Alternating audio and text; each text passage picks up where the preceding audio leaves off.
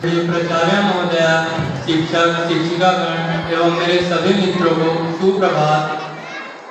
विकास तिवारी का सुप्रभात। मैं पहली बार मंच पर आया हूँ। यदि मुझसे कोई गलती होती है तो क्षमा चाहता हूँ।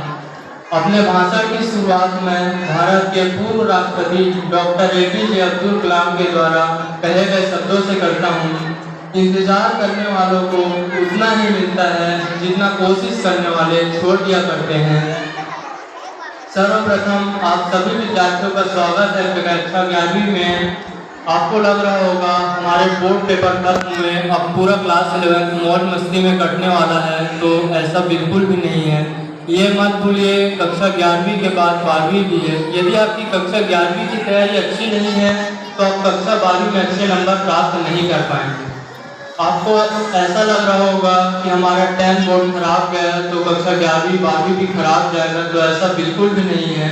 जो हो चुका उसकी परवाह करना बंद कीजिए। कुछ ऐसा सोचिए जो आपको अपने भविष्य तक ले जाए। अगर आप वाकई अपने पीछे वाली घटनाओं को दिन रात अपने दिल और दिमाग में दोहराते रहेंगे तो आप सही निर्णय नहीं ले पाएंगे। इसलिए कोशिश करना कभी मत छोड़िए। इसी बात पर एक बार चंद्रगुप्त ने चाणक्य से पूछा, अगर कोशिश करने से ही सब होता है तो किस्मत क्यों लिखी गई? इसके उत्तर में चाणक्य ने दिया कि क्या पता किस्मत में लिखा हो, कोशिश करने से ही होगा। इसलिए कोशिश करने से कभी मत चूकिए। प्रसिद्ध कवि द्वारा किस्मत पर लिखी गई एक छोटी सी पंक्ति मैं आपके सामने प्रस्तुत करता हूँ। शौक को कभी पाला नहीं जाता, कांच के खिलौनों को कभी पाला नहीं जाता।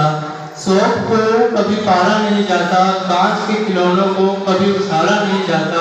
मिल जाती है मंजिलें कोशिश करने पर, मिल जाती है मंजिलें कोशिश करने पर, और हर बात को किस्मत का टाला नहीं जाता, हर बात को किस्मत का टाला नहीं जाता।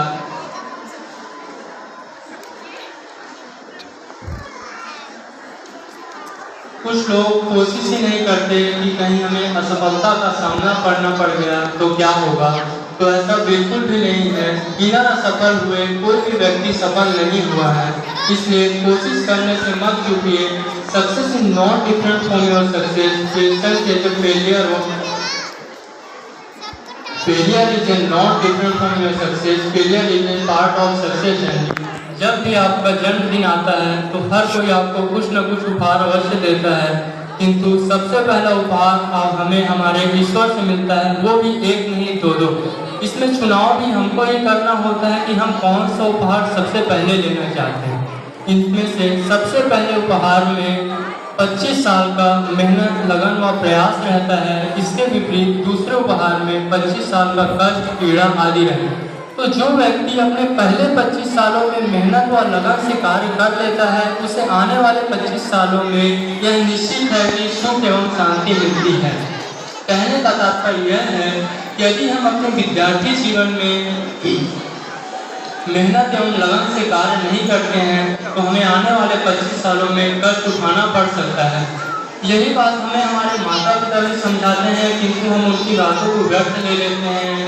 तो ऐसा बिल्कुल मत कीजिए। वो जो भी बोलते हैं हमारे लिए बोलते हैं, हमारे भविष्य के बोलते हैं। इसी बात पर एक छोटी सी कहानी मैं आपके सामने प्रस्तुत करता हूँ। एक मूर्तिकार था जो प्रतिदिन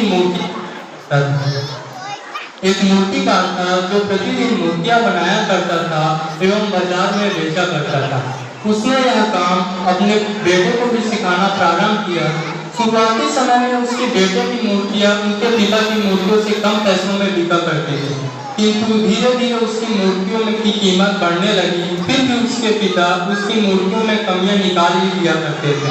वह उसके पिता द्वारा निकाली गई कमियों से अपनी मूर्ति में सुधार कार्य करता एवं उसकी मूर्तियाँ धीरे धीरे और अधिक पैसों में बिकने लगी।